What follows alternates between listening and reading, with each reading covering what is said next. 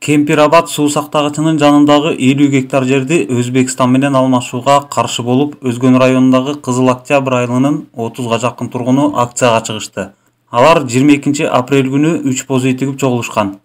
УКМКнын төрагасы Камчыбек Ташиевке кайрылып, Өзбекстан менен жер алмашууга байланыштуу протоколду жокко чыгаруу талабын коюшту.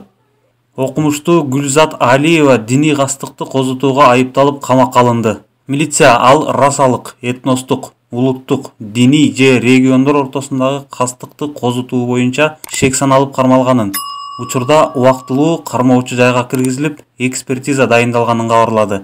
Гүлзат Алиева адвокат Аида Абдрахманованын социалдык тармактагы постору аркылуу элди экиге бөлүп жатат деген арызынын негизинде суракка чакыртылган. Абдрахманова анын Мухаммед пайгамбарга жана мусулмандарга акаарат келтирген билдирүүлөр үчүн жоопко тартылышы керек деп эсептейт. Шоумен Кадыр Жарматовдун жубайы Каныкей Саматова каза болду. Бул тууралуу маалымат 22 апрелде социалдык түйүндөргө анын маданият тармагындагы достору тарабынан жарыяланды. Азырынча Каныкей Саматованын эмнеден улам каза болгону боюнча так маалымат жок. Кадыр Жарматов менен Каныкей Саматова 2 уул, 1 кызды тарбиялап келишкен.